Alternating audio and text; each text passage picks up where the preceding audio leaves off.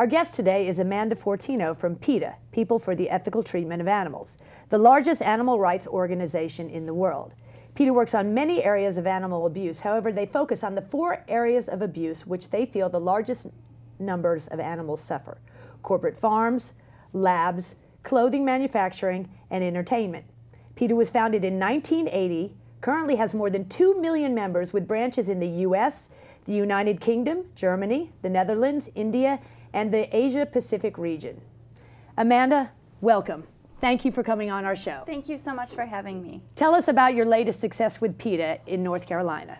I think it's really exciting. Thank you so much. We had an undercover investigation where animals were documented being horrifically abused in the lab.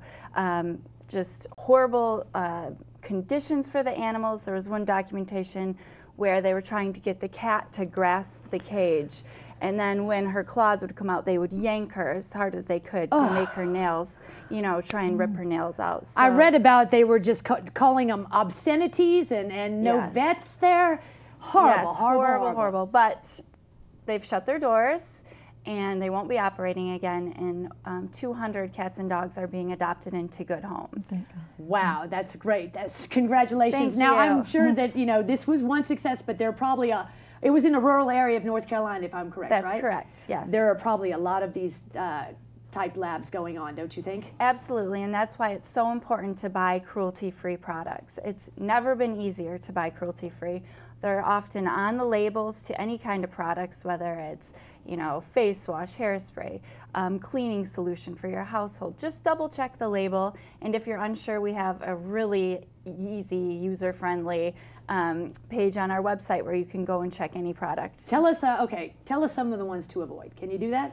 Oh boy, some the big of ones, the big to offenders. Avoid. Yes. L'Oreal is a big one that they own a lot, and there's a lot of smaller kind of makeup and stuff like that underneath L'Oreal that you need to check. With different names, maybe? Yes, exactly. So that's with different how they names. kind of yes, that's a big one. A lot of huh? women don't know about that. And there's a lot of other products that claim they're natural, and they're really not. There's nothing natural about pouring, chemicals into a rabbit's eye to see what's going to happen. We all know it's not good for the animal. That's we horrible, don't need huh? to do this kind of Can you research. believe that kind of stuff goes on in this day and age? I cannot. When we're in an enlightened society in this country of all places. Yeah, I can't. It shocks so many people, and so many people think, oh, animal research, put some nail polish on, a cat's nail. No, they're pouring nail polish down the cat's throat. The picture on your website was horrific. Was that a rabbit? Yes, that was I couldn't a rabbit. believe that. It was just heartbreaking. Yeah, it's just so horrific and outstanding, the things that they do to these animals in the name of research. How long have you been working for PETA? 2 years now. Congratulations. Thank what you. a great you. commendable job. Thank you. Okay, what about Ringling Brothers and Barnum and Bailey Circus? They're pretty cruel too to their elephants, right? Yes, to all their animals. Any circus that uses animals for entertainment, you can't train a wild animal with positive reinforcement. And Ringling is just horrible. They have a long history of animal abuse, really since they first started. There's been documentation of Ringling workers beating elephants with bull hooks, electrocuting them with electric hot shots, tying them down with all 4 limbs, wrestled to the ground by several adult men, and they're ripped away from their mothers at extremely young ages. And in the wild, female elephants live with their family the extent of their entire lives. Males leave the herd at approximately, adolescent age. So really, they're meant to live together in a pod. They travel over 100 miles a day in the wild, and in Ringling, they're kept in captivity constantly, often chained for more than 26 hours at a time. Horrible. That is just horrible. And the article on the website was specifically about the arthritic elephants. Yes, just because they're crammed all the time and chained by the leg, their nails are often cut way too short. They have cracks in their feet and arthritis from doing these tricks that are so unnatural to them. They would never stand on their head in the wild.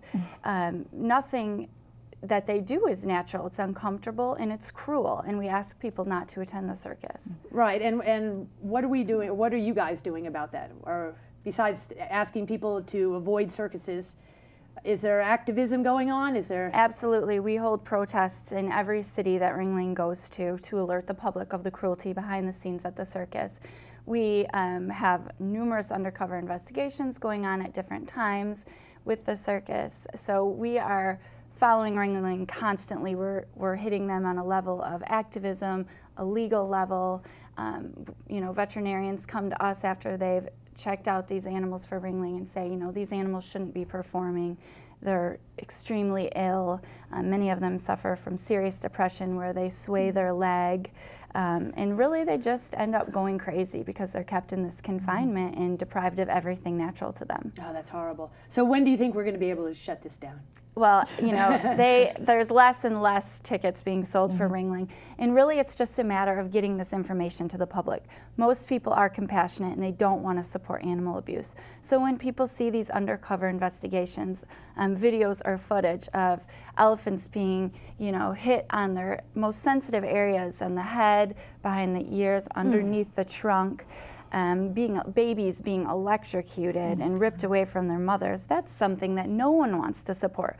So once we get that information into the hands of the media? Yeah, media, townspeople where Ringling shows up, people don't want to support that, they're not going to go. So, you know, and we also have our Ellie the Elephant go to elementary schools, and so we hand out kid-friendly literature. Is that someone dressed as an elephant? Yes, okay, that's right. It's a huge hit. Kids just are so excited, and parents and teachers alike thank us so much because often parents don't know how to tell their children about cruelty to animals. Kids love animals so much, so you don't want to upset them, but, you know, at we're the same unaware time, of this. Exactly. I think basically, I didn't know about this. I have to visit your website to find out what's going on. Yeah. Most people are unaware, and I think the message needs to be out there. And another thing I'd like to see stopped are zoos. Yes. I don't like zoos at all, and even in with the most humane conditions, it's unnatural, it's wrong. Exactly. Zoos are just as bad because they're depriving the animals of anything natural to them. They're ripped away from their families, they're kept in filthy, small, crammed conditions. They're not allowed to do anything that they would do naturally. And speaking of zoos, I was in the Everglades recently, and I went to, the roadside zoos are probably the worst. Yes. I went to a place called Billy Swamp Safari, a roadside zoo. It's like you go to the Everglades and you're going out for the real alligator bites, the malaria and the snake bites, but this is where you can go, you know, to get the fake stuff. Yes, okay? yes. We don't have to worry about that. Anyway, I have a clip that I would like to show about a grizzly bear that they actually, their habitat is not the Everglades, their habitat is actually Alaska and Canada, but they kept it in horrible conditions in captivity at this Billy Swamp Safari roadside zoo. And could we show the clip, please? Okay, see how he is? Yeah. And he was that's erratic behavior, and he was like that the whole time. It was horrible. It was very hot, and the animal's way too hairy for that. Okay, I think that's horrible. I wrote to Peter Criss. I wrote to USDA. I wrote to AAA to not recommend this place. I wrote to you guys, and you guys, your wonderful correspondent Jennifer O'Connor, she gave me all these people, but I really don't think that my message fell on deaf ears. Yeah. What can our viewers do anything about this? Well, I want to start by saying that behavior that we just saw is typical of an animal that is going crazy